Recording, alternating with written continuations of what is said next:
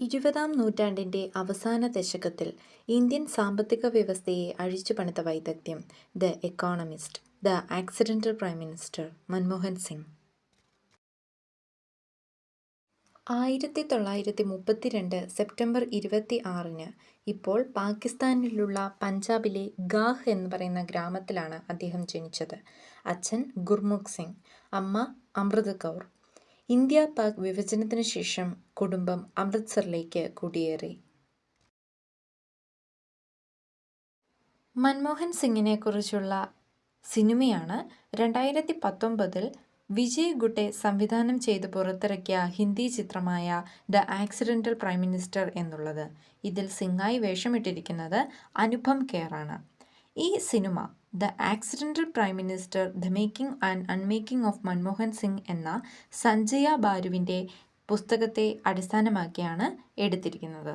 ഇനി മൻമോഹൻ സിംഗ് വഹിച്ച പ്രധാനപ്പെട്ട പദവികൾ: പഞ്ചാബ് യൂണിവേഴ്സിറ്റിയിൽ അധ്യാപകൻ, united nations conference on trade and ഡെവലപ്മെൻറ്റിൽ സാമ്പത്തിക വിദഗ്ധൻ, ഡൽഹി സ്കൂൾ ഓഫ് എക്കോണമിക്സിൽ പ്രൊഫസർ, കേന്ദ്ര വിദേശ വാണിജ്യ മന്ത്രാലയത്തിൽ സാമ്പത്തിക ഉപദേഷ്ടാവ്, കേന്ദ്ര ധനകാര്യ മന്ത്രാലയത്തിൽ മുഖ്യ സാമ്പത്തിക ഉപദേഷ്ടാവ്.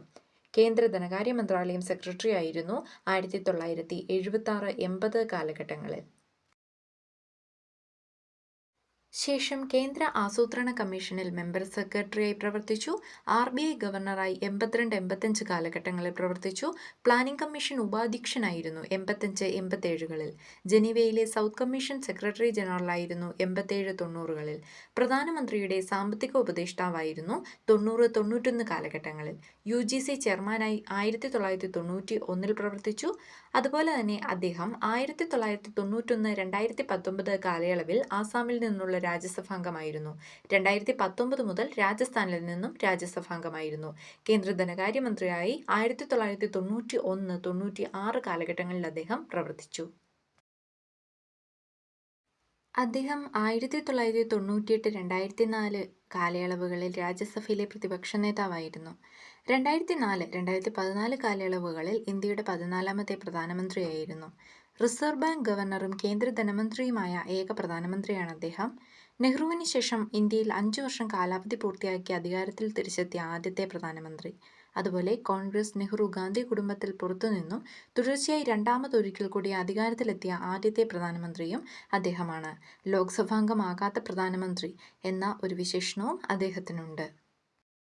അദ്ദേഹം ലോക്സഭാംഗം ആയിട്ടില്ലെങ്കിലും 1999 ദക്ഷിണ ഡൽഹിയിൽ നടന്ന മത്സരത്തിൽ BJPയുടെ വിജയ് കുമാർ മൽഹോത്രയ്ക്കെതിരെ അദ്ദേഹം തോൽക്കുകയാണുണ്ടായത്. അദ്ദേഹം 6 തവണ രാജ്യസഭാംഗമായിരുന്നു. സാമൂഹിക മാറ്റത്തിനുള്ള മാധ്യമമാകണം രാഷ്ട്രീയം. വ്യക്തികൾക്ക് അധികാരവും സമ്പത്തുണ്ടാക്കുവാനുമുള്ള മാർഗമാകരുത്. 1991 മൻമോഹൻ സിംഗ് പറഞ്ഞ വാക്കുകളാണിവ. ഒരുപക്ഷേ ഇതുതന്നെയായിരിക്കാം ഇന്ത്യ കണ്ട ഏറ്റവും നല്ല ധനമന്ത്രിയായിരിക്കാൻ അദ്ദേഹത്തിനെ സഹായിച്ചത്. മൻമോഹൻ സിംഗിൻ്റെ സംഭാവനകളുടെ കാലഘട്ടങ്ങളെ നമുക്ക് 3ആയി തരംതിരിച്ചു നോക്കിയാലോ? 1991 മുതൽ 96 വരെ, 2004 മുതൽ 2008 വരെ, 2009 മുതൽ 2014 വരെ നമുക്ക് തരംതിരിച്ചു നോക്കാം. 1991-96 കാലയളവുകളിലെ നരസിംഹറാവു ഗവൺമെൻറ്റിൻ്റെ ഏറ്റവും വലിയ വെല്ലുവിളി സമ്പദ് വ്യവസ്ഥയെ കരകയറ്റുക എന്നതായിരുന്നു. അതിനായി സാമ്പത്തിക വിദഗ്ധനായിട്ട് മൻമോഹൻ സിംഗിനെ നിയമിക്കുന്നു.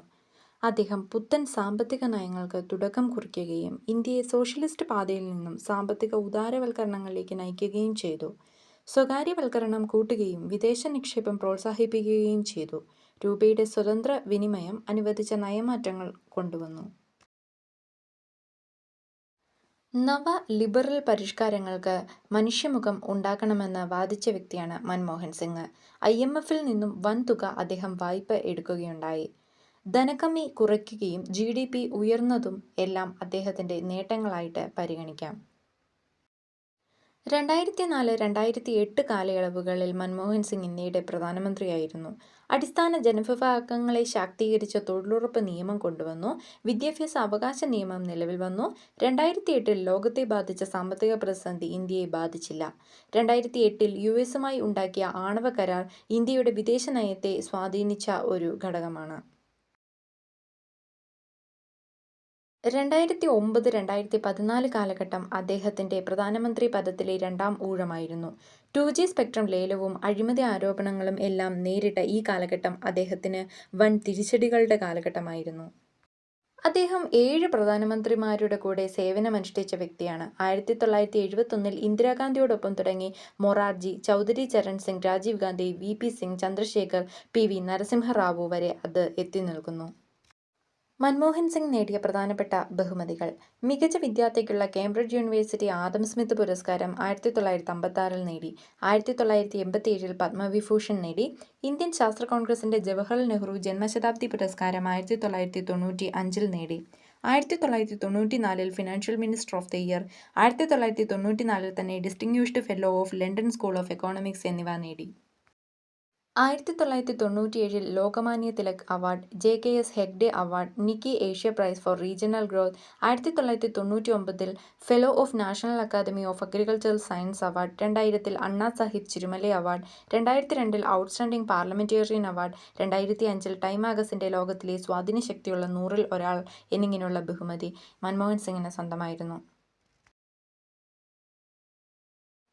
2010-ൽ അദ്ദേഹം വേൾഡ് സ്റ്റേറ്റ്സ്മാൻ, 2014-ൽ ജപ്പാന്റെ ദേശീയ പുരസ്കാരമായ the grand cordon of the order of Paulownia flowers എന്ന് പറയുന്ന പുരസ്കാരം, 2017-ൽ ഇന്ദിരാഗാന്ധി സമാധാന പുരസ്കാരം എന്നിവയ്ക്ക് അർഹനായി. മൻമോഹൻ സിംഗ് നേടിയ ഓണററി ഡോക്ടറേറ്റുകൾ: ആൽബർട്ട യൂണിവേഴ്സിറ്റിയിൽ നിന്നും 97-ൽ, ഓക്സ്ഫോർഡിൽ നിന്നും 2005, കേംബ്രിഡ്ജിൽ നിന്നും 2006, ബനാറസ് ഹിന്ദു സർവകലാശാലയിൽ നിന്നും 2008, മദ്രാസ് യൂണിവേഴ്സിറ്റിയിൽ നിന്നും 2008, സൗദിയിലെ കിങ് സൗദി യൂണിവേഴ്സിറ്റിയിൽ നിന്നും 2010-ൽ, റഷ്യയിലെ Moscow state institute of international റിലേഷൻസിൽ നിന്നും 2013-ൽ ഓണററി ഡോക്ടറേറ്റുകൾ അദ്ദേഹം സ്വന്തമാക്കി. മൻമോഹൻ സിംഗിന്റെ പ്രധാനപ്പെട്ട ബുക്കുകൾ: 1. Changing India, 2. The quest for equity in development, 3. Chile, institutions and policies underpinning stability and growth, 4. Making democracy work for proper development, 5. Global trading system, the WTO and the developing countries, 6. To the nation for the nation. Thank you for watching.